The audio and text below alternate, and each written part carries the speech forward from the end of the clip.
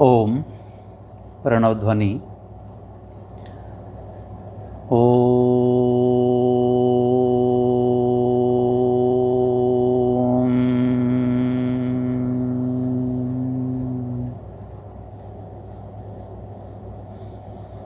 वैदिक ज्ञान विमर्श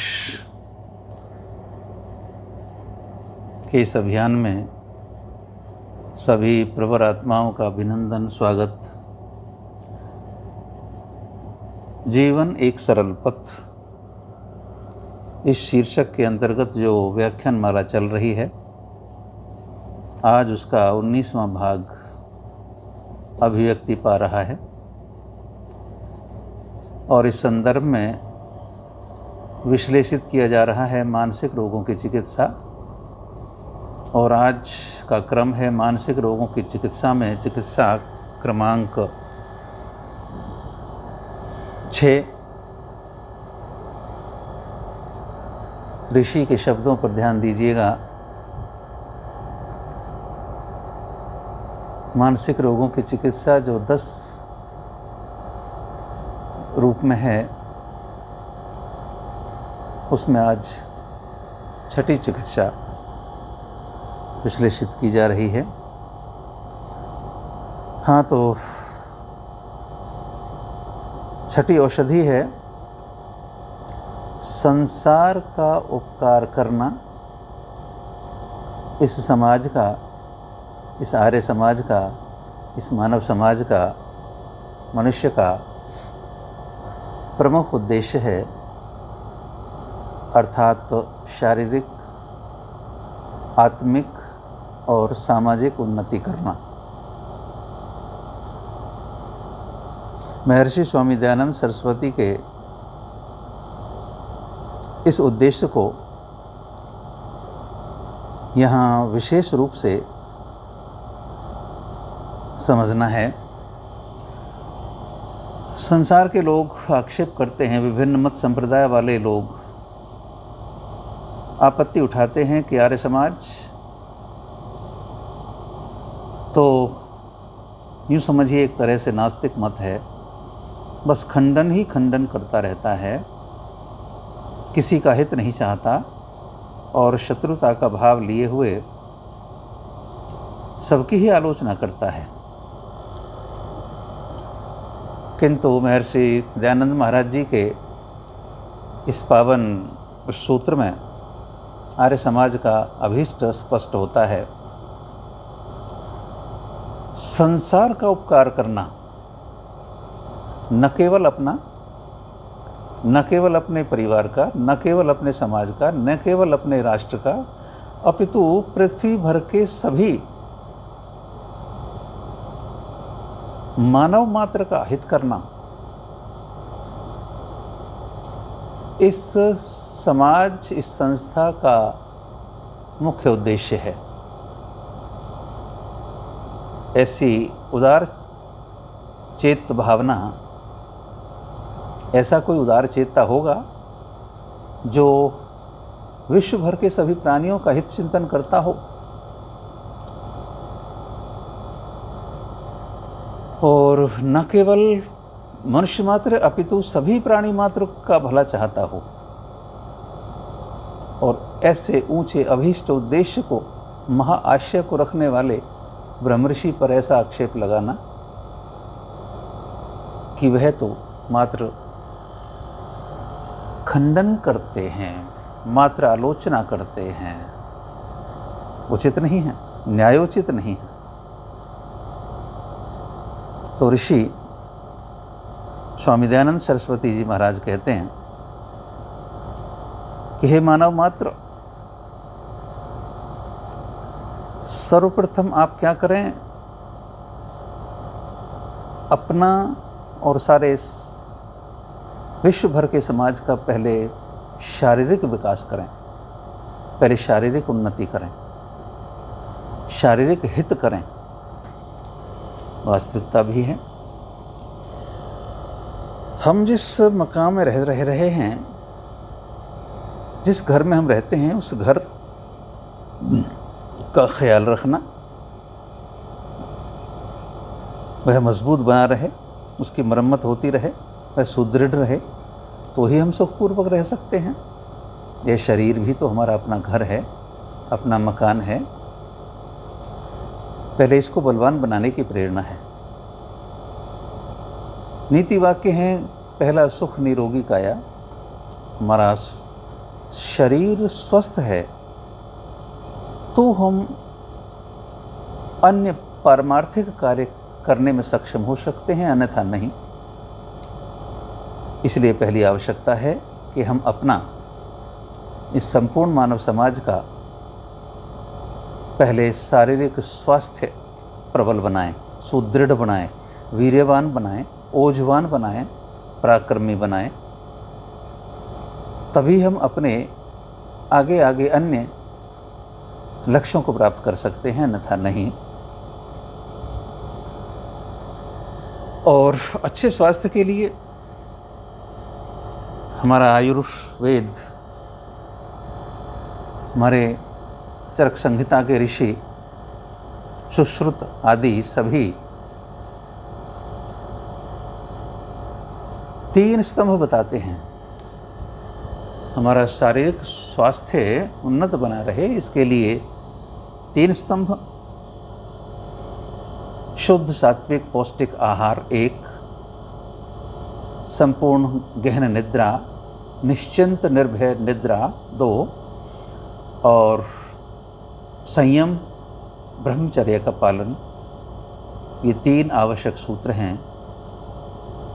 यदि इनका हम पालन करते हैं तो हमारा शारीरिक स्वास्थ्य सुदृढ़ और बलवान बनता है।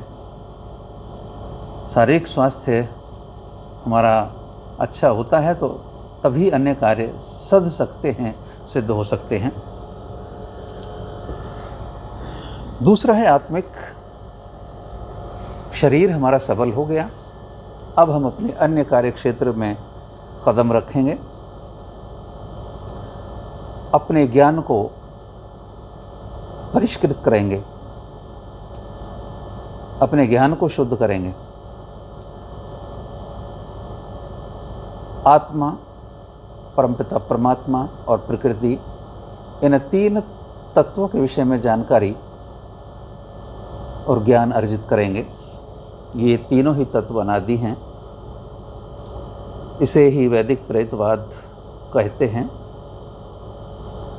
हमारा ज्ञान शुद्ध और परिपक्व होगा तो ही हमारे कर्म शुद्ध होंगे। हमारे कर्म शुद्ध होंगे तो उस आधार पर ही हमारी उपासना पद्धति वह शुद्ध हो पाएगी और हम अपने जीवन के अपने अंतिम चरम श्रेष्ठ आदर्श लक्ष्य को प्राप्त कर सकेंगे।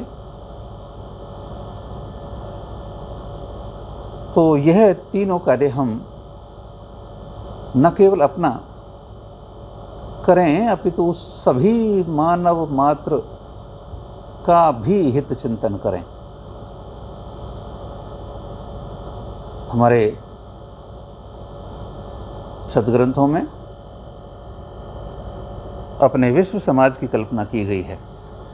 वसुधैव कुटुंबकम, उदार चरिता नाम तो वसुधैव कुटुंबकम। उदार चरित्र वाले लोगों के लिए तो सारा पृथ्वी भर के सभी प्राणी अपने कुटुंब के सदस्य ही हैं। ऐसी उदार चित्त भावना हमारे अंदर है, हमारे ऋषि महर्षियों ने हमें सिखलाई है।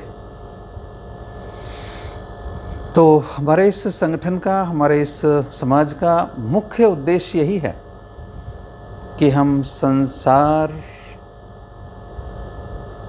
का हित करें, संसार की भलाई करें, शारीरिक भी, आत्मिक भी, और तदुपरांत फिर हमारे सामाजिक प्रगति हो पाएगी, अन्य कार्य सध पाएंगे, अन्यथा संभव नहीं है। यह मानसिक चिकित्सा में छठी औषधि थी। आइए 7वीं पर चिंतन करते हैं। 7वीं औषधि है सबके साथ प्रीतिपूर्वक धर्मानुसार यथा योग्य बरतना चाहिए। मैं फिर आवृत्ति करता हूँ। सबके साथ प्रीतिपूर्वक धर्मानुसार यथा योग्य वर्तना चाहिए। इस पर विचार करें। कितना शुद्ध प्रांजल परिनिष्ठित सूत्र है। एक एक शब्द पर गहराई से विचार करने की आवश्यकता है। संसार का सर्वश्रेष्ठ प्राणी मनुष्य, आप और हम, अन्य प्राणियों के साथ कैसा व्यवहार करें। अन्य प्राणी चाहे मनुष्य हैं, मनुष्य भी चाहे हमारे अपने समाज का है, मनुष्य भी चाहे अन्य मतांतर वालों का है, मनुष्य भी चाहे किसी भी अन्य राष्ट्र का है, इनसे अतिरिक्त मानवेतर जो प्राणी हैं उनके साथ भी हम कैसा व्यवहार करें कि सबके साथ प्रेम पूर्वक, प्रीतिपूर्वक व्यवहार करें। हम यूं ही अकारण किसी को शत्रु न मान लें, किसी का अहित न कर दें। यह करुणा की भावना, यह अपनत्व की भावना, यह आत्मीयता की भावना हमारा वेद का ऋषि हमें सिखाता है कि सभी प्राणियों के साथ हम प्रेम पूर्वक व्यवहार करें। किंतु फिर आगे स्पष्ट करते हैं वो ऋषि कि प्रेम पूर्वक, प्रीतिपूर्वक व्यवहार तो करें, किंतु उसमें भी विवेक दृष्टि को सुस्पष्ट करें। हमारा प्रीतिपूर्वक व्यवहार भी किसी अंधविश्वास में जकड़ा हुआ ना हो, किंतु धर्मपूर्वक हो, धर्मानुसार हो।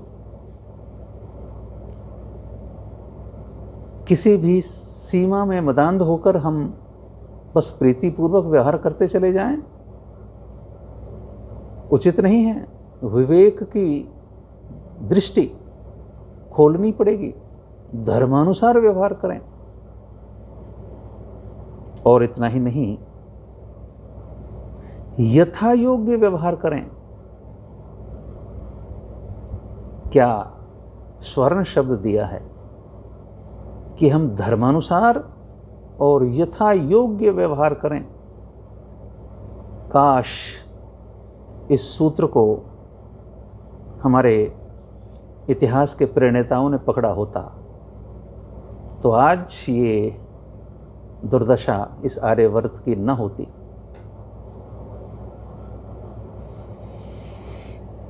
विदेशी आक्रांता मतांध होकर, अमानवीय प्रवृत्ति से आवेष्टित होकर मार काट, हिंसा, लूट करते चले आए, पहुंच गए, राष्ट्र की सीमा में पहुंच गए। और हम क्या करते रहे? क्या हमने धर्मानुसार, क्या हमने यथायोग्य व्यवहार किया? हम एक अन्य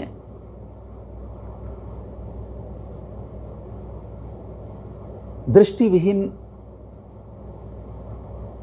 भावना के वशीभूत हम क्षमाशील बने रहे, हम अहिंसक बने रहे। अहिंसा की बड़ी अतिरेक खुराक हमें पिलाई गई और हम सक्षम होते हुए भी अक्षम बने रहे। कैसा दुर्भाग्य! विदेशी आक्रांत आक्रमण कर रहे हैं, हम जूझ रहे हैं। हमारे तत्कालीन हमारे राजे महाराजे उन्हें पराजित करते हैं और फिर छोड़ देते हैं।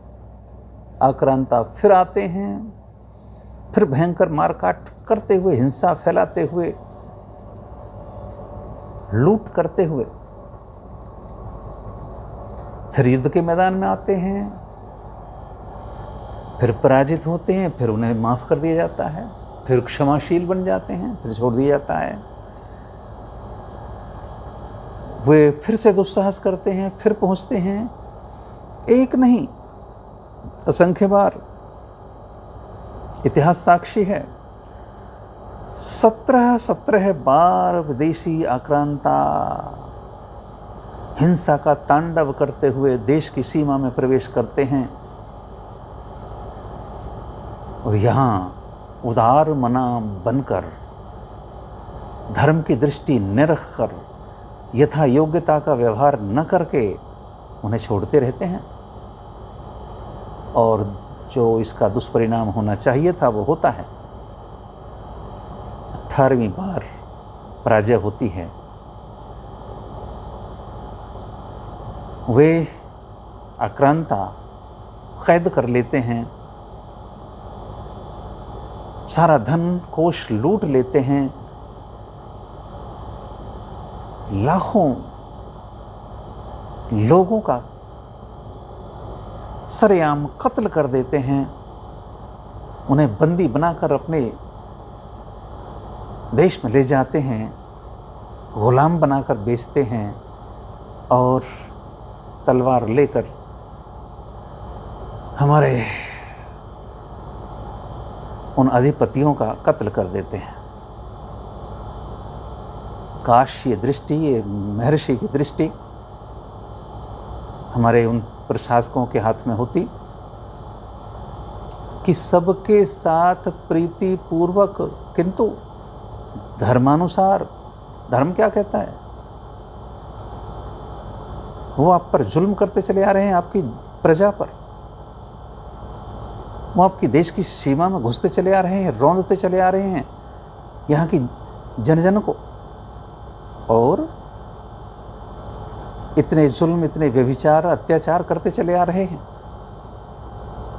और हम धर्म की दृष्टि नहीं रख रहे। फिर यथा योग्य, क्या वो इसी योग्यता के, इसके पात्र थे? क्या वो क्षमा के पात्र थे? यह दृष्टि हमने नहीं रखी, हमने उन्हें माफ किया। आखिर दुष्परिणाम भुगतना पड़ा, सब कत्ल हो गया, धन कोष लूट लिए गए और पूरा राष्ट्र पराधीनता की बेड़ियों में धीरे धीरे जकड़ गया। दीर्घ अंतराल की यह पराधीनता हमें सालती रही, हमें खोखला करती रही। यह राष्ट्र सोने की चिड़िया उजड़ गया। सोने की चिड़िया, पंख पंख इसके कुतर लिए गए, बिखर गए, सब कुछ तहस नहस हो गया, टूट गया, खंडित हो गया। और जो अपनी राष्ट्रीयता की जो संस्कृति होती है उसको भी विखंडित कर दिया गया। परंतु 1000 वर्ष की दास्ता के बाद भी हमारे देश के नायकों ने इन सूत्रों को नहीं पहचाना, अपने पराभव के उन कारणों की गहनता से खोज न की, उन्हें दूर करने का, उन दोषों को दूर करने का प्रयास नहीं किया और फिर सत्ता के नशे में चूर होकर, मदांध होकर फिर सरपट उसी गलत मार्ग पर फिर दौड़ रहे हैं। फिर वही दशा बनती जा रही है, धीरे धीरे फिर वही लक्षण बिगड़ रहे हैं। अपनी राष्ट्रीय अस्मिता की पहचान हम खोते जा रहे हैं, ऋषि महर्षियों के उन सूत्रों को हम भूलते जा रहे हैं। अन्य प्रकार की ही जीवन शैली हमारी बन गई है। यह सब बड़ी विनाशकारी है। यह हमारे राष्ट्र को सही राह नहीं दिखा सकती। हमारे देश की नई पीढ़ी को यह उचित कल्याण का मार्ग नहीं दिखा सकती। बदलना होगा, अन्यथा भोगना पड़ेगा। यही सब हो रहा है। इस प्रकार मानसिक रूप से हमारे समाज की, हमारे राष्ट्र के अंदर जो विकृति आ गई है, उसे यदि दूर करना है तो हमें वैदिक ऋषियों के पथ पर चलना होगा, अन्यथा विनाश के लिए तैयार रहना होगा। हम नहीं समझ पा रहे हैं। ठीक है, साधारण बुद्धिजीवी, साधारण मनुष्य जानता है, किंतु सत्ताधीश, सत्ता में बैठे लोग, वे अपने धन, पद और सत्ता के नशे में मदांध होकर स्वयं भी उस गर्त में धीरे धीरे बढ़ रहे हैं और अपने देश की जनता को भी धकेले जा रहे हैं। इन सब बातों के प्रति सजग होने की आवश्यकता है और ब्रह्म ऋषियों के उन सूत्रों को पकड़ने की आवश्यकता है। तो मानसिक रोगों की चिकित्सा के संदर्भ में इस श्रृंखला में यह छठी और सातवीं कड़ी थी जो व्याख्यात हुई है। परमपिता परमात्मा हम सबको सद्बुद्धि प्रदान करें और हम अपने जीवन के परम लक्ष्य को समझकर उसकी तरफ निरंतर बढ़ें। ईश्वर करे ऐसी हमारी सबकी बुद्धि हो। ओम शम, ओम शम, ओम शम।